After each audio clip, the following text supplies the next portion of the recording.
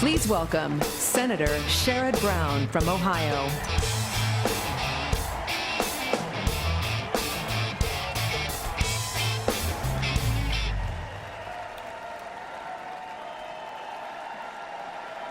It is an honor to be in the birthplace of our democracy this evening.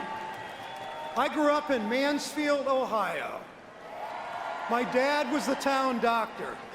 I never saw him turn a patient away. He didn't see profit margins. He saw people who needed help. My mother, who grew up in Mansfield, Georgia, raised 3 Eagle Scouts. She taught each of us to fight for justice. My wife, Connie, grew up in Ashtabula, Ohio. Her father worked at the electric plant. He was a proud member of Utility Workers Local 270. Her mother was a nurse's aide and a hospice home care worker. They wore their bodies out, working long days so their children could go to college. For too many Americans today, that same hard work is not paying off. People work longer hours, they produce more, but while corporate profits have gone up, workers' wages haven't kept pace. Hillary Clinton knows that a job is not just a paycheck. It's about building a better life for your family. She's a progressive who gets things done.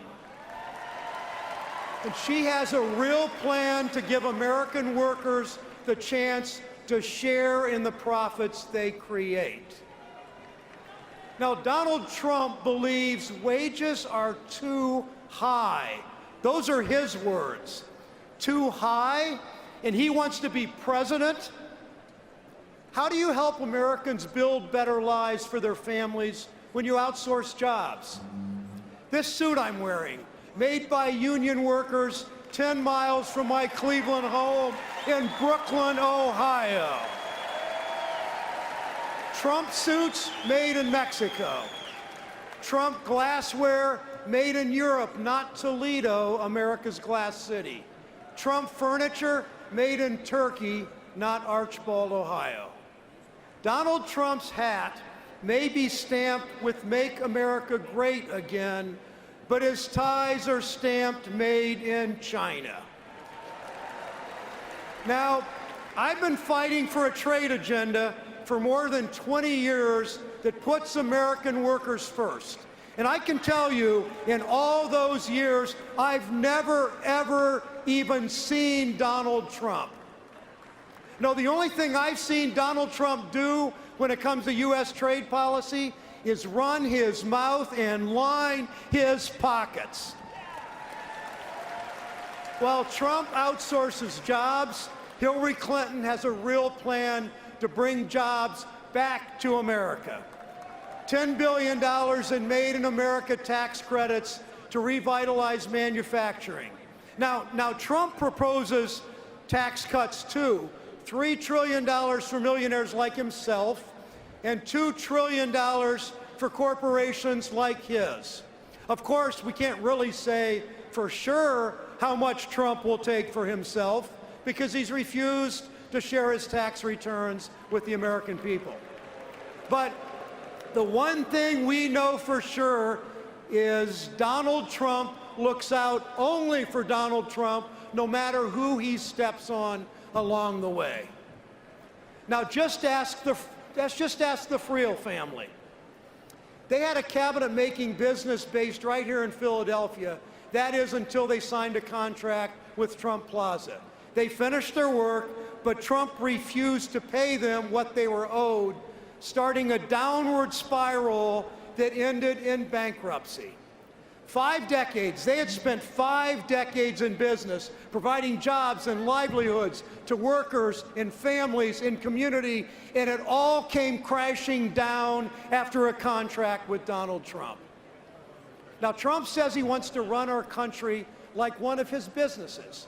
I guess that means he wants to slap his name on it, make false promises, and then scam innocent people out of their savings. Look, there's no question we have work to do. We face serious challenges. Too many families struggle just to get by, let alone to get a little bit ahead. Donald Trump thinks people in states like mine will choose his counterfeit campaign over the genuine solutions we're fighting for tonight. He is wrong. Donald Trump looks at towns in the middle of America and he sees a rust belt of decay. Well, we reject that term, Rust Belt.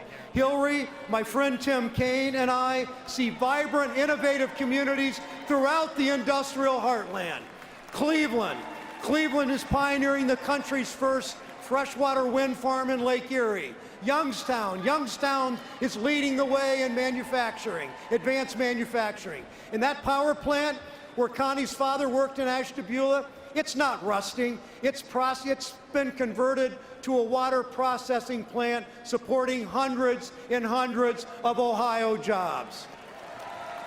That's how we rebuild a thriving American middle class. Those are the kinds of solutions Hillary Clinton will deliver, solutions that make a real difference in people's lives.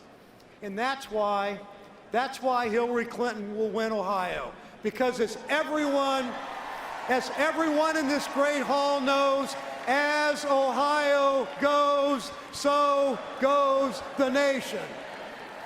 Now, in this hall on Tuesday, Connie and I were overtaken with emotion when our longtime friend Bernie Sanders moved to nominate Hillary Clinton to lead our party to victory. It took me back to Mansfield, Ohio, when I was a third grader at Brinkerhoff Elementary School. I remember looking up at the poster on the wall of our American presidents. Other than a few mustaches and powdered wigs, they all look pretty much like me.